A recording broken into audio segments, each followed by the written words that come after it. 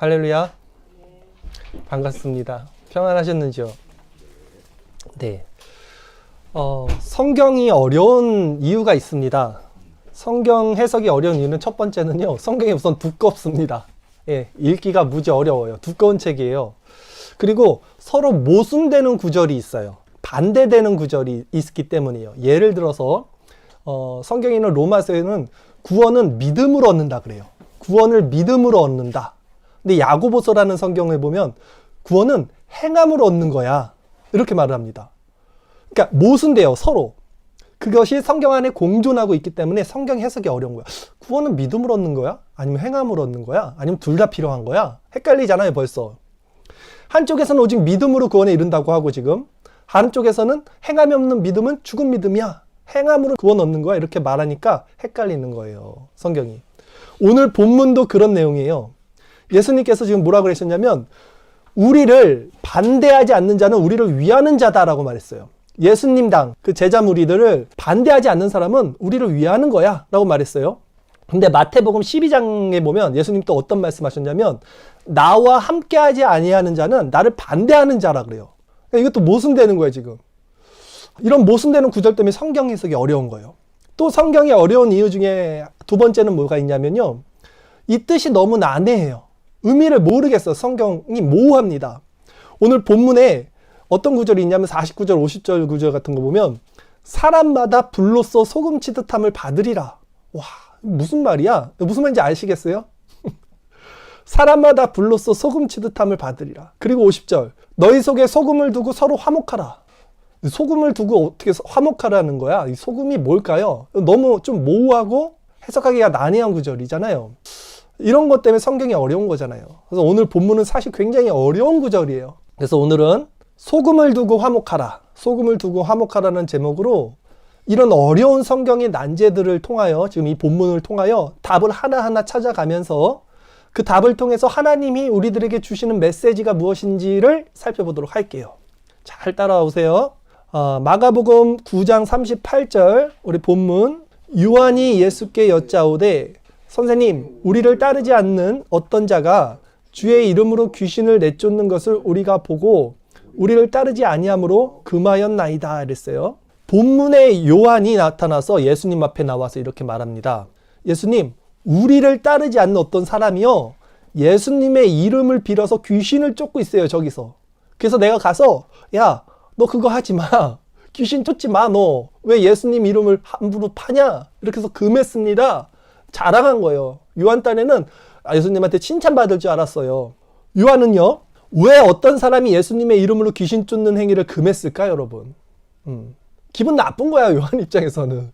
또 요한은 한 자리 하는 사람이거든요. 예수님의 수제자 중에 한 사람이니까 우리 멤버도 아닌데 왜 예수님 우리 스승의 이름을 팔아? 자신들을 따르지 않았기 때문에 우리를 따르지 아니함으로 금하였나이다 라고 말하잖아요. 우리를 따르지 않았다는 거예요. 우리. 예수님과 자신들, 제자들. 그래서 내가 금했습니다 라고 말하는 거예요. 즉, 그 사람이 그 요한과 같은 소속 예수님 제자 멤버가 아니었기 때문에 금했던 거죠. 오늘날 기독교 내에서요, 여러 교파와 교단들이 나눠져 있다는 거 아시죠? 교파는 뭐 장로교가 있을 거고, 감리교, 성결교, 오순절, 또 뭐 독립교단도 있고 순복음도 있고요, 구세군도 있잖아요. 그래서 그 안에 또 교단들이 있어요. 장로교만 해도 여러 교단들이 있어요. 뭐 합동, 합신, 뭐 통합, 우리 개혁 많잖아요. 근데 다 우리 교파만이 진짜야. 우리 교단이 진짜 오리지널이지. 이렇게 말하는 것은 옳지 않아요, 여러분. 그러니까 예수님은 우리만이 진짜야 이렇게 생각한, 이거 베타주의라고 그러거든요. 독선적 베타주의, 기독교 베타주의를 갖고 있는 요한에게 이렇게 말씀을 하셔요. 본문 한번 볼까요? 마가복음 9장 39절 40절 두 절 말씀 같이 읽겠습니다. 예수께서 이르시되 금하지 말라. 내 이름을 의탁하여 능한 일을 행하고 즉시로 나를 비방할 자가 없느니라. 우리를 반대하지 않는 자는 우리를 위하는 자니라. 그렇죠? 금하지 말라. 냅둬 라고 말하는 거예요. 내 이름으로 귀신을 쫓아냈다면 즉시 나를 이렇게 비방할 수는 없을 거야. 그러니까 그냥 냅둬. 우리를 반대하지 않는 사람들은 우리를 위하는 우리 편이다. 이렇게 얘기를 한 거예요. 그러면 이 말씀은 이제 어떤 말씀인가? 종교다원주의라고 그러죠. 모든 종교는 결국 하나로 이어지는 거예요. 이게 종교다원주의예요. 그러니까 이 종교다원주의를 표방한, 즉 하나님을 믿는 모든 종교, 또 종파, 또 교단들은 서로 싸우지 말고 We are the world, 우리는 하나예요. 서로 인정하고 사이좋게 지내라는 그런 의미로 지금 예수님 말한 걸까요? 우리 편이라 그러는데 결국 다 하나님을 믿잖아요. 이 사람들 지금 예수님의 이름으로 귀신을 쫓아냈잖아요. 이 말씀일까? 그렇지는 않아요, 여러분. 또 왜냐하면 제가 서두에 살펴봤듯이 예수님께서는 다른 성경에서는 어떻게 말씀하셨냐면 이렇게도 말씀을 하시기 때문이죠. 주일 설교 말씀 구절 우리 프린트 한번 볼까요? 마태복음 12장 30절. 나와 함께 아니하는 자는 나를 반대하는 자요, 나와 함께 모으지 아니하는 자는 해치는 자다. 그리고 또 여기서는 반대되는, 모순되는 말씀을 하신다고요. 그렇다면 무슨 말일까요? 이런 것이 다. 예수님이 일구이연하시는 분이에요? 여기선 이랬다 저기선 저랬다 상황에 따라 말을 바꾸시는 분일까요? 그렇지는 않을 거 아닙니까?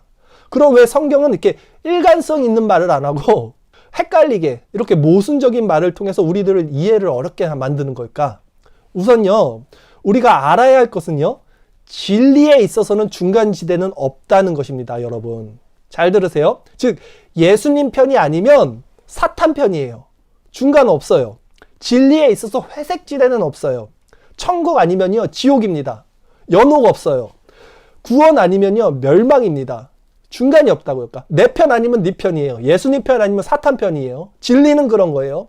그런 의미에서 예수님께서 나와 함께 아니하는 자는 나를 반대하는 자가 된다. 이 말씀은 진리예요. 그렇죠? 예수님과 함께하지 않으면 무조건 사탄이에요. 멸망인 거예요. 이게 진리의 말씀입니다. 예수님만이 길이고 진리고 생명이다. 나로 말미암지 않고는 아버지께로 갈 자가 없다라고 예수님 말씀하잖아요. 그러니까 다른 종교에는 구원이 없어요. 종교다원주의, 그러니까 모든 종교는 하나다. 결국 같은 하나님을 믿고 있는 것이다. 이런 사상은 틀린 겁니다, 여러분. 오직 예수님만이 진리예요. 예수님 외에는 다 가짜입니다. 비진리예요. 그러나 이 예수님 안에 있으면서, 즉 진리 안에 있으면서 예수님을 믿는 믿음 안에 지금 있으면서도 그 안에서 나눠지는 사람들이 있어요. 아직 믿음이 연약한 사람들도 있을 거고 또 믿음이 장성한 사람들도 있을 거예요. 또 신앙에 있어서 조금씩 다른 견해를 가진 사람들이 있어요. 아, 난 이렇게 생각하는데, 난 저렇게 생각하는데, 이런 사람들이 있어요. 그래서 교파가 나눠지고 교단이 나눠지는 거거든요. 그런 자들에게는 우리를 반대하지 않는 자들은 우리를 위하는 자다. 이게 되는 거예요. 이 구분을 잘 이해하셔야 돼요. 그러니까 진리는 하나예요. 정리해 드릴게요. 오직 예수님만이 진리고 길이에요. 다른 건 다 비진리입니다. 그러나 예수님을 믿는 믿음 안에서 장성한 신앙이 있고 어린 아이의 신앙이 있듯이 또한 관점의 차이들이 어느 정도 있는 것은 인정해야 된다는 말씀이에요. 그래서 우리가 교파와 교단이 나눠주더라도 우리가 감리교복을 2단이라고는 말 안 하잖아요. 순복음복을 2단이라는 말을 안 하잖아요. 예, 이 차이인 거예요. 그러나 이 말씀은요, 그들의 사상, 그들의 교리 사상에 대한 적극적인 인정은 아니야. 소극적으로 허용에 해당하는 거예요. 무슨 말이냐면 39절에 보면요, 우리 다시 한번 읽어볼까요? 마가복음 9장 39절입니다. 예수께서 이르시되 금하지 말라. 내 이름을 의탁하여 능한 일을 행하고 즉시로 나를 비방할 자가 없느니라. 그랬죠? 뭐라 그래요? 즉시로 나를 비방할 자가 없다는 거예요. 내 이름을 의탁하여 능한 일을 한 다음에. 그러니까 소극적으로 허용을 하는 거야, 이 사람을. 적극적으로 우리 편이다가 아니라 단지 이들이 즉시로는 비방하지 않을 거야 라는 뜻이잖아요. 때문에 궁극적으로 그들 역시 제자 그룹에 속한 사람들은 아니었잖아. 지금 바른 진리 가운데 복음의 훈련을 받아야 할 자임은 맞아요. 그래서 그들을 소극적으로 허용을 하지만 적극적으로 괜찮아, 그들도 잘하고 있는 거야, 이렇게는 말하지 않는 거예요, 예수님께서. 그러니까 그들도 바른 진리 가운데 복음 훈련을 받아야 할 자임을 내포하고 있는 말씀이다. 소극적으로 그들을 허용하는 말씀이다. 이렇게 이해하는 균형이 있어야 되겠죠.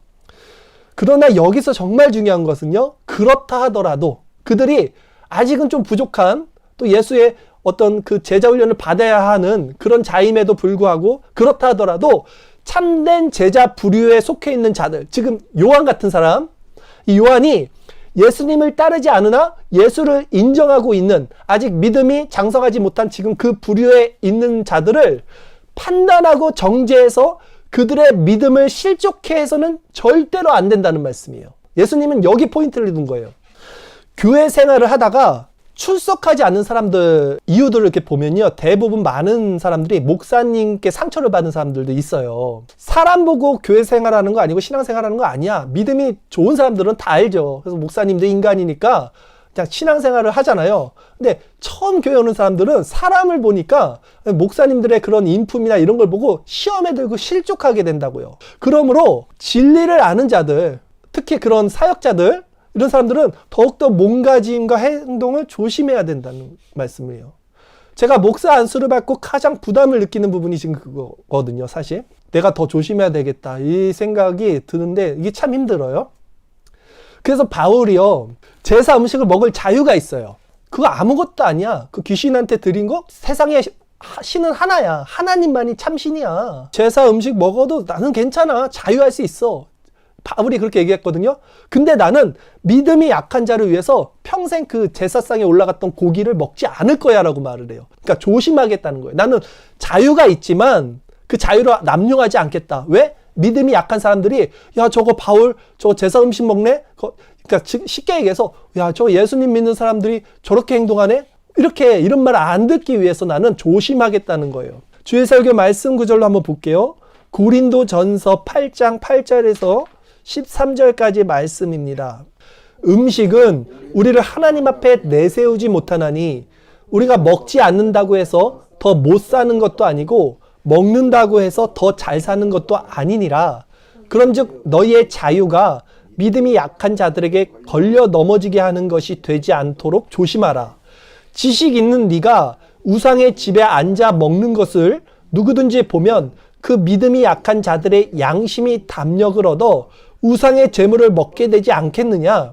그러면 네 지식으로 그 믿음이 약한 자가 멸망하나니 그는 그리스도께서 위하여 죽으신 형제라. 이같이 너희가 형제에게 죄를 지어 그 약한 양심을 상하게 하는 것이 곧 그리스도에게 죄를 짓는 것이니라. 그러므로 만일 음식이 내 형제를 실족하게 한다면 나는 영원히 고기를 먹지 아니하여 내 형제를 실족하지 않게 하리라. 바울이 이 얘기한 거예요. 지금 제가 말씀드린. 그러니까 이 말씀을 우리들에게 적용해 보면요, 이런 거라고 볼 수 있어요. 이제 율법으로 하여금 자유하게 된 사람이 진짜 지식이 있는 사람이거든요. 신앙에 자유가 있는 사람들은 율법에 얽매이지 않아요. 그래서 신앙이 좋은 사람들은 사실 이런 사람들이에요. 근데 어떤 사람이 신앙이 좋아서 이제 율법을 다 벗어나 버렸어요. 자유를 얻었어. 근데 그 사람이 이제 전도사야, 예를 들면. 그래서 주일날 보통은 양복을 입고 가잖아요. 근데 뭐 양복 입고 안 입고 중요한 거 아니야. 이제 자기가 깨달았고 보니까. 그래서 그냥 편하게 입고 간 거예요. 추리닝 입고 간 거예요, 주일날.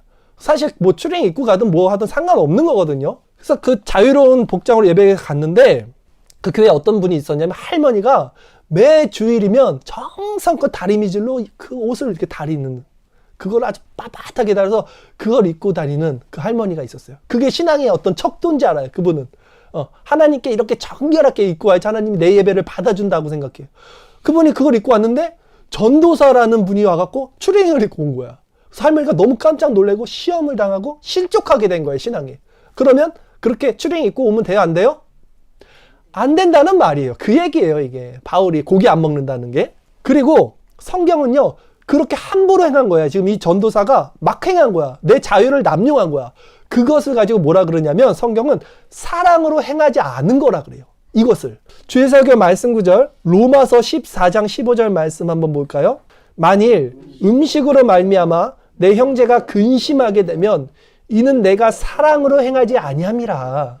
그리스도께서 대신하여 죽으신 형제를 내 음식으로 망하게 하지 말라라는 거예요. 야, 나 그 고기 먹어도 돼. 제사 음식 막 먹어버렸어요.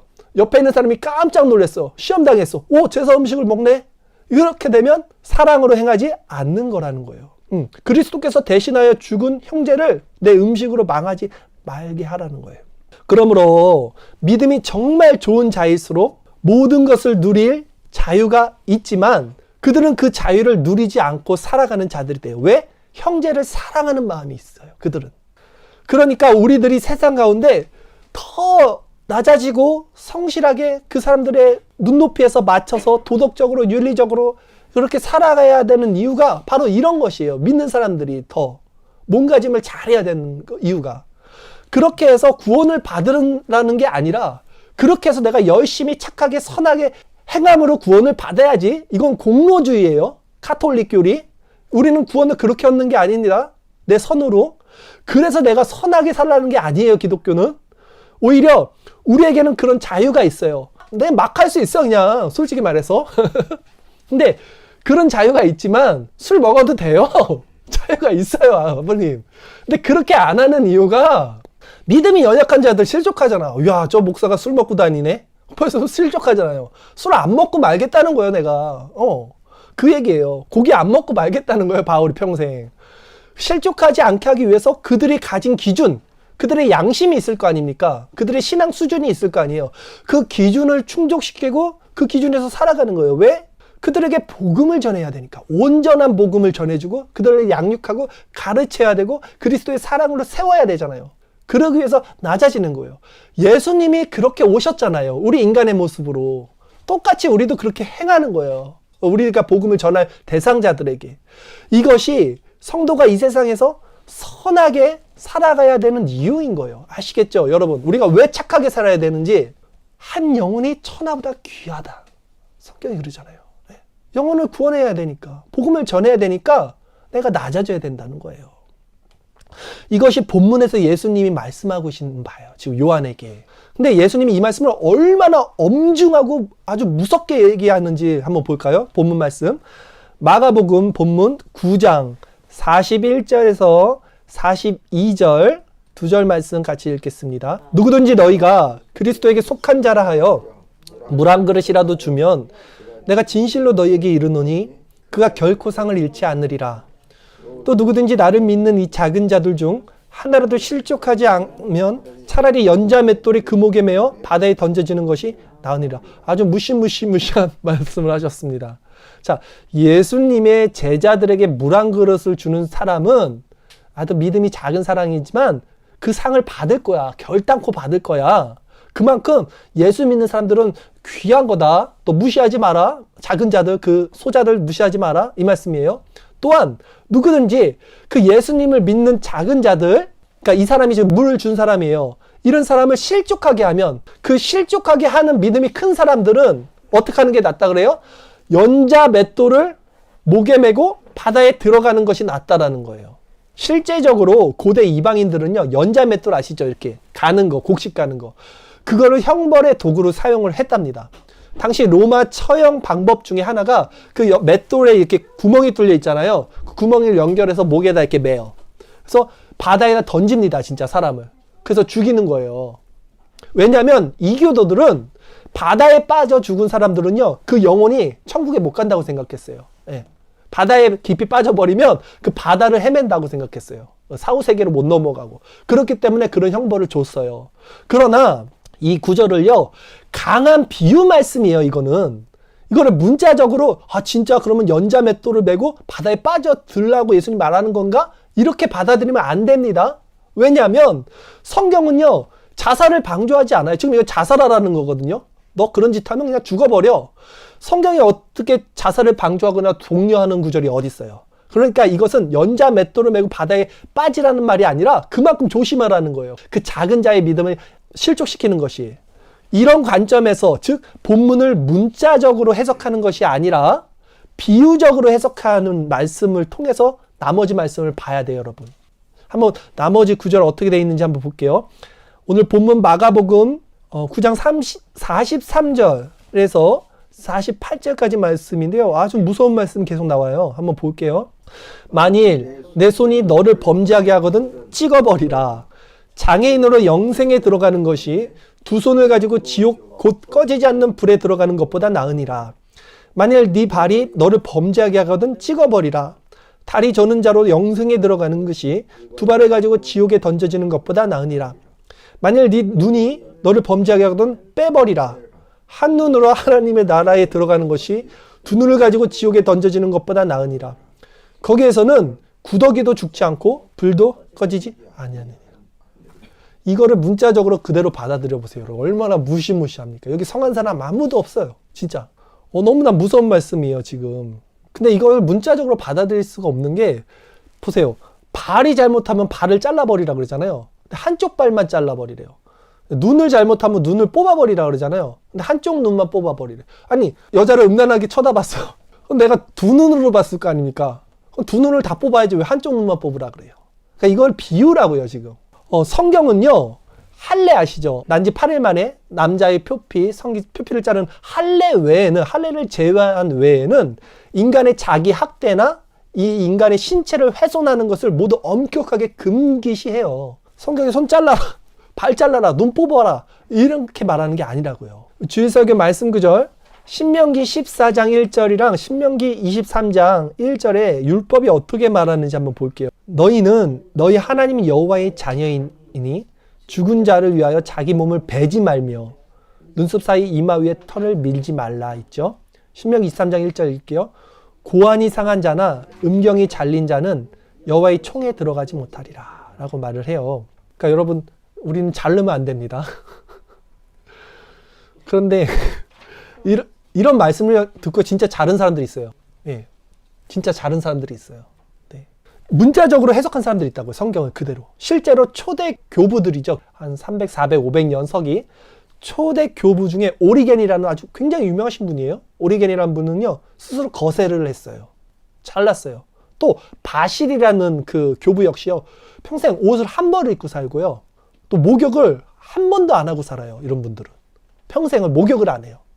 왜 목욕을 평생 안 했을까? 성경에 있거든요. 예수님이 한 번 목욕한 사람은 베드로에게 그랬거든요. 목욕하지 말고 발만 씻어.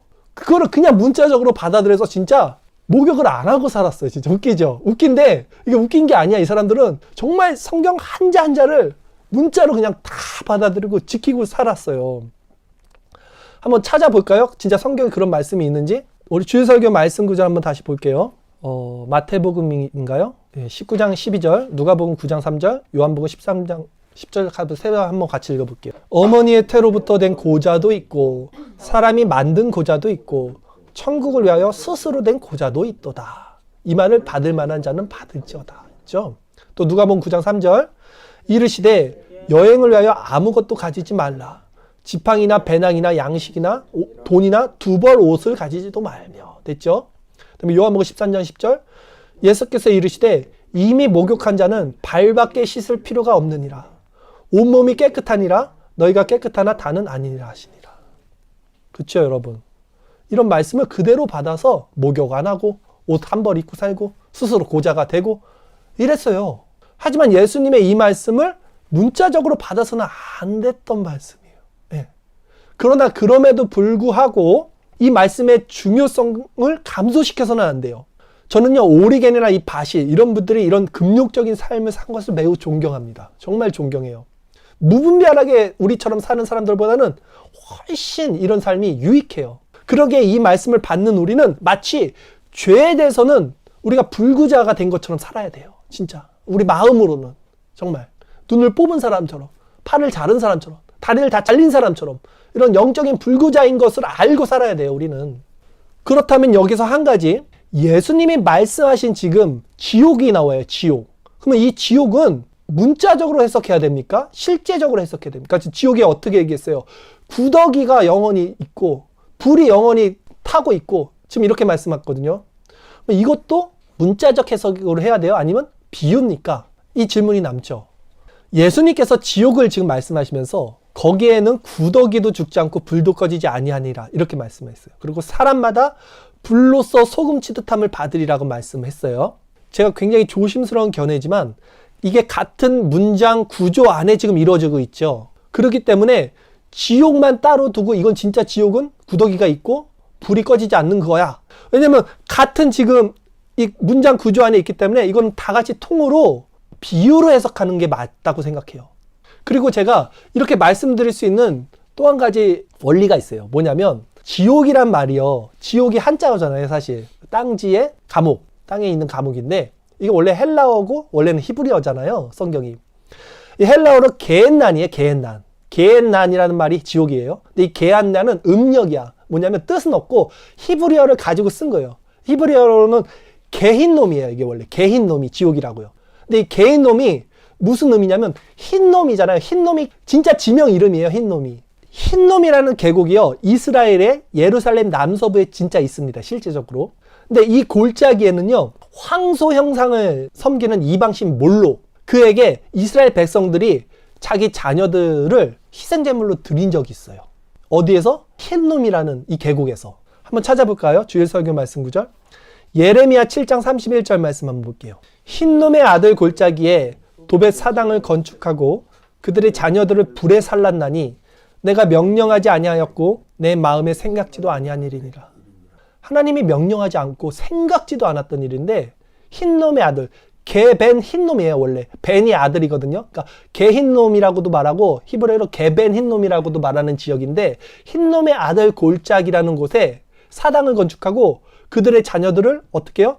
불에 살랐대요. 예. 그 몰렉에게 제사로 드렸다는 거예요. 이게 언제 일어났던 일이냐면, 역사적으로 아하스 왕이라는 왕이 있어요. 이 아하스 왕 이후에 유대인들이 자녀들을 이 몰록 이방 신에게 바치기 위해 불에 던져지는 것을 되게 가볍게 생각하고 시행한 역사가 있습니다. 이게 하나님을 믿는 이스라엘 사람들이 자기 자식을 그 몰록 신에게 불에다 던지는데, 그 그냥 서슴지 않고 시행했던 그 시대가 있었다는 거예요. 말도 안 되는 시대였던 거예요. 역대하 28장 1절에서 4절 말씀 한번 볼까요? 우리 다시. 아하스가 왕위에 오를 때 나이가 20세라 예루살렘에서 16년 동안 다스렸으나 그의 조상 다윗과 같지 아니하여 여호와 보시기에 정직하게 행하지 아니하고 이스라엘 왕들의 길로 행하여 바알들의 우상을 부어 만들고 또 흰놈의 아들 골짜기에서 분향하고 여호와께서 이스라엘 자손 앞에서 쫓아내신 이방 사람들의 가증한 일을 본받아 그의 자녀들을 불사르고 또 산당과 작은 산 위에 모든 푸른 나무 아래에서 제사를 드리며 분향하니라. 그렇죠? 어떻게 이게 자녀들을 불살랐을까? 이스라엘 백성임에도 불구하고 이런 역사가 있었다고요. 근데 그 후에 예레미야라는 선지자가 이거를 맹렬하게 비난하고 질타합니다. 있을 수가 없는 일이잖아요. 그리고 다시 이제 요시스 왕 때가 돼서 이 희생 제사가 완전히 폐지됐어요. 그런 후에 이제 유대인들이요, 그 흰놈 계곡을 굉장히 혐오스러운 곳으로 이제 여긴 거예요. 거기서 사람들이 엄청 죽었잖아. 자기 자녀들이 다 불에 태웠잖아. 그래서 거기다가 다 쓰레기를 갖다 버립니다. 잡다한 쓰레기들을 그 계곡에다 다 쌓아버렸어요. 뿐만 아니라 죽은 동물이 있으면 그거 다, 그러니까 부정된 건 다 거기다 버렸어요. 또 시체, 또 범죄자들, 이렇게 죽은 시체들 있잖아요. 이런 걸 다 거기다 쌓아놓은 거예요. 그 계곡에다 아주 빼곡하게. 근데 그렇게 되니까 또 어떻게 됐냐면, 개인놈 이 계곡이요, 아주 썩은 냄새가 나는 거예요, 이제는. 그러니까 그 부패된 냄새를 통해서 공기가 오염이 되는 거예요. 또 안 되잖아요, 이제. 전염병이 생기는 거예요, 우리처럼. 그래서 그것을 다시 불로 다 태웁니다. 근데 그 불이 꺼지지 않고 계속해서 타는 거예요. 그 계곡에 모든 것이 가득 찼으니까. 그로 인해서 그곳이 나중에 개흰놈, 헬라어 음력으로는 뭐라 그랬어요? 게엔난. 이 게엔난이 그래서 지옥이 된 거예요. 게엔난 뜻이 그래서 지옥인 거예요. 불에 타고 있는 거예요, 계곡이. 그리고 그 흰놈 골짜기에서 불을 태웠잖아요. 근데 어떤 시체는요, 이렇게 다른 데로 던져져 갖고 불에 안 타고 있는 거예요. 그러면 어떻게 돼요? 썩지요. 그럼 그 썩은 걸 누가 먹습니까? 구더기들이 와서 먹어요. 그러니까 즉 지금 예수님이 지옥에 대한 비유 중에 항상 나오는 게 뭐예요? 구더기와 불이 나와요. 꺼지지 않는 불. 이 구더기와 불을 말씀하는 것은 당시 이 개흰놈, 이 골짜기의 환경을 설명하고 있는 거예요. 그래서 저는 이것을 문자적인 해석이 아니라 지옥에 대한 비유적 해석이라고 1차적으로 생각을 합니다. 그러나 잘 들으세요. 그럼에도 제가 말씀드렸듯이 아무리 그렇다 하더라도 예수님의 이 말씀이 지옥의 무서움을 경감시키는 것은 절대로 아니라는 것을 우리는 확실히 기억해야 돼요. 아, 이제 지옥 괜찮구나. 가면 구더기 없겠구나. 이렇게 생각하지 마세요. 구더기보다 더 무시무시하고 끔찍하고 흉측한 고통이 따를 것이에요. 확실한 거는 지옥은 절대 가서는 안 된다는 것은 확실한 거예요. 거기에 구더기가 있든 없든 불이 정말 꺼지든 꺼지지 않든 지옥은 우리가 상상하는 것 이상으로 가장 고통스러운 곳이라는 것은 분명합니다, 여러분. 지옥에 대해서 예수님이 이렇게 말씀하세요. 마가복음 9장 49절 오늘 본문 말씀 한번 읽겠습니다. 사람마다 불로써 소금치듯함을 받으리라. 지옥은 이런 곳이래요. 이 구절 정말 난해한 성경 구절이에요. 무슨 말일까요? 불로써 소금 치듯함을 받으리라. 예, 지옥이 어떤 곳이냐면, 제가 이 많은 사본들 번역본을 봤는데 이제 공동 번역서를 보면요, 이렇게 돼 있어요. 이 구절이 누구나 다 불소금에 절여질 것이다 라고 번역되어 있어요. 아주 저는 이 견해를 그냥 지지합니다. 깔끔해요. 굉장히. 불소금에 절여질 것이다. 불소금 아세요? 불소금? 불과 소금이 같이 있는 게 불소금이겠죠. 즉 소금이 불과 함께 사람 피부에 뿌려지면요, 피부가 그 불만 닿아도 뜨거운데 이 소금이랑 같이 절여진다면 얼마나 이 강도가 세질 겁니까? 맨불에 닿기만 해도 그 고통이 이루말 수 없는 큰 불인데, 그 맹렬한 불로 형벌을 당하는 곳에 소금이 첨가가 되면 그 고통이 얼마나 크겠느냐는 거예요. 바로 믿음이 연약한 자들을, 잘 들으세요. 이제 정리가 되는 겁니다. 쭉 얘기했던 것들이. 믿음이 연약한 자들을 실족해 하는 범죄의 심각함이 이런 형벌과 견줄 수 있는 큰 무게라는 것을 비유로 통해서 예수님 말씀하는 장면이라는 거예요. 본문은 이와 같은 참혹한 형벌 가운데서 영원한 고통을 당하는 것보다는 이 세상의 불구자로 천국에 들어가는 것이 더 낫다는 표현과 더불어 믿음이 연약한 자들을 실족하게 하는 죄를 범하는 것이 이 정도로 무서운 것이라는 것, 그러니까 그들을 실족하게 하면 안 된다는 것을 강력하게 촉구하는 의미의 말씀이라는 거예요. 여러분 이해가시죠? 이제 마지막 구절을 한번 살펴볼게요. 마가복음 9장 50절 말씀입니다. 소금은 좋은 것이로되 만일 소금이 그 맛을 잃으면 무엇으로 이를 짜게 하리요? 너희 속에 소금을 두고 서로 화목하게 하시니라. 이게 결론입니다. 오늘 말씀은 지옥 말씀한 것도 아니고 예수님이 실족하게 하지 말고 형제를 사랑하라는 말씀이 주제예요. 자, 49절에서 소금은 부정적인 의미로 쓰였지만 50절에서는 긍정적인 의미로 다시 쓰입니다. 50절에서 말하는 소금은요, 좋은 거예요. 그래서 음식에 맛도 내고 부패 방지용도 쓰고 건강도 지켜줘요. 그런데 그 소금이 맛을 잃으면 이제는 쓸데가 없게 된다는 거죠. 그러니까 그 소금의 맛을 잃지 말라는 거예요. 근데 여러 신학자들이 이 소금의 의미를 하나님의 은혜다, 이 소금은. 또 이 소금은 예수님의 성품이야. 또 이 소금은 말씀을 가르치는 거야. 이렇게 해석해요. 다 맞는 말이에요, 사실. 대동소이합니다. 그런 의미로 생각해 볼 수 있지만 저는 이 소금을 복음이다라고 생각합니다. 즉 너희 안에 복음을 두고 서로 화목하라 라는 의미로 생각해요. 여기서 중요한 거는 너희는 누굽니까?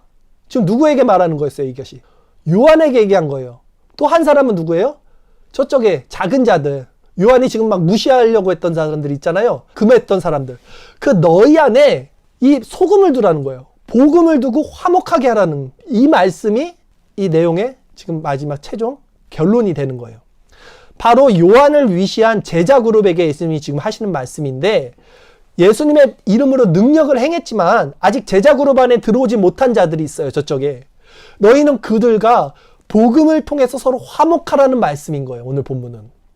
그들의 눈높이에서 그들을 무엇보다도 실족하게 하지 말라는 거예요. 너 그거 기적 행하지 마! 이거 하지 말라는 거예요.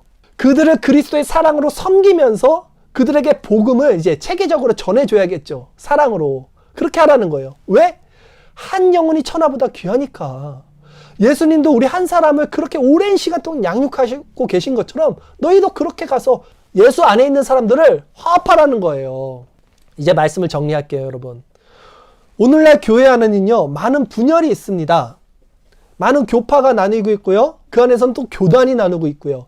그 교단이라 할지라도 교단 안에서는요, 교회가 또 나눠요. 네 교회, 내 교회가 다 나눠져요. 그럼 그게 끝인 줄 아세요? 아니에요.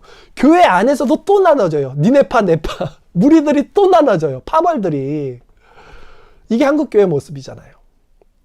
이런 우리들에게 오늘 본문이 예수님이 하시는 말씀이라고요. 이런 우리들에게 필요한 말씀은 무엇입니까, 여러분? 예수님이 이렇게 말씀하시는 거예요. 바로 너희 속에 소금을 두고, 즉 복음을 두고 화목하라는 거예요. 그래서 오늘 설교 제목이 소금을 두고 화목하라는 거예요. 예수 안에, 이 진리라는 예수 안에 있는 자들이라면 서로 감싸주라는 거예요. 예수 밖에 있는 것은 진리가 아니에요. 그거는 분명하게 말할 수 있어야 돼요. 그러나 예수 안에 있다고 하는 사람들이 있다면 비록 좀 믿음이 좋고 낮고 생각하는 관점이 좀 다르더라도 화목하라는 거예요. 뭐로? 소금으로, 복음으로. 왜? 예수님이 그 복음으로 우리들을 그렇게 감싸주고 아껴주고 오래 참으셨잖아요. 그걸 보여주라는 거예요. 그러니까 뭘 좀 안다고 모르는 사람들에게 다짜고짜 진리를 들이대고 그 믿음 약한 자들을 실족하게 한다면 그 사람은 어떻게 돼요? 차라리 지옥 가라는 거예요. 다 잘라버리라는 거예요. 연자몇도 메고 바다로 빠지라는 거예요. 비유였어요. 근데 이거는 또. 근데 그러나 그만큼이나 무서웠다는 거예요. 이것을. 그만큼 믿음 있는 자들이 어떻게 살아야 하는지에 대해서 말씀해 주시고 있는 장면이 오늘 본문이었던 거예요. 오늘 말씀은요, 우리 모두에게 시사하는 바가 아주 큽니다. 저도 오늘 말씀을 통해서 조금 생각이 전환이 왔어요. 우리 성도가 세상에서 어떤 모습으로 살아야 하는지를 정말 제시해 주고 있는 말씀입니다. 왜 우리가 세상에서 착하게, 선하게 남들을 돕고 때로는 그렇게 바보 같은 모습으로 희생하면서 살아야 되나? 그 당위성조차도 오늘 제시해 주고 있는 말씀이었어요. 그쵸? 구원받기 위해서? 아니면 내 의를 세우기 위해서? 그래서 내가 착하게 사는 거예요? 아니에요, 여러분. 왜 우리가 착하게, 선하게, 낮은 모습으로 살아야 돼요? 한 영혼이라도 더 구원하기 위해서, 그들의 수준으로 맞춰주기 위해서. 그러니까 이 영혼 구원의 목적이 분명히 없는 자들은요, 착하게 살 수 없다는 거예요. 무슨 말인지 아세요? 착하게 산다 해도 다 자기 의를 위해서 착하게 사는 사람들이에요. 우리가 진짜 착하게 사는 이유는, 또 착하게 살아야 되는 목적은 오직 영혼 구원을 위해서. 그래서 착하게 돼야 된다는 거예요. 바울이 그래서 나는 고기 안 먹고 산다고 그러는 거잖아요. 세상의 빛과 소금 된 성도 여러분, 여러분은 세상 가운데 우리가 왜 이렇게 낮아진 마음으로 선한 모습으로 살아야 하는지를 기억하십시오.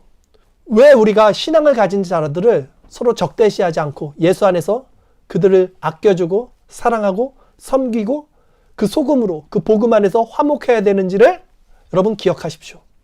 마지막으로 우리 성경 구절을 읽고 마칠 텐데요. 성도가 이 세상에서 정말 어떤 마인드로 살아가야 되는지를 마음속에 확증하고 설교를 마치겠습니다. 고린도전서 9장 19절에서 23절 말씀 우리가 함께 읽겠습니다.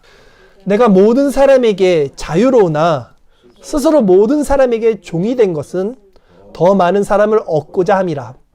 유대인들에게 내가 유대인과 같이 된 것은 유대인들을 얻고자 함이요. 율법 아래에 있는 자들에게 내가 율법 아래에 있는지 아니하나 율법 아래에 있는 자같이 된 것은 율법 아래에 있는 자들을 얻고자 함이요. 율법 없는 자에게는 내가 하나님께는 율법 없는 자가 아니요 도리어 그리스도의 율법 아래에 있는 자이나 율법 없는 자와 같이 된 것은 율법 없는 자들을 얻고자 함이라. 약한 자들에게 내가 약한 자와 같이 된 것은 약한 자들을 얻고자 함이요. 내가 여러 사람에게 여러 모습이 된 것은 아무쪼록 몇 사람이라도 구원하고자 함이니 내가 복음을 위하여 모든 것을 행함은 복음에 참여하고자 함이라. 아멘. 기도하겠습니다.